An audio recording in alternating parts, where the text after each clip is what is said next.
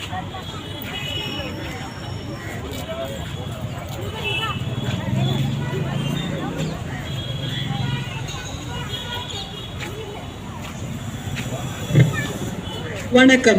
தமிழக அரசின் வேளாண்மை மற்றும் உழவர் நலத்துறையின் கீழ் தோட்டக்கலை மற்றும் மலை பயிர்கள் துறையால் நடத்தப்படும் இந்த மலர் காட்சிக்கு வருகை தந்துள்ள உங்கள் அனைவரையும் அன்புடன் வரவேற்கிறோம்.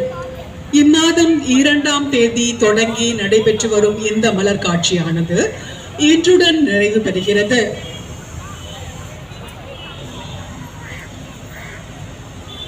லட்சக்கணக்கான வண்ண வண்ண மலர்கள் பல்வேறு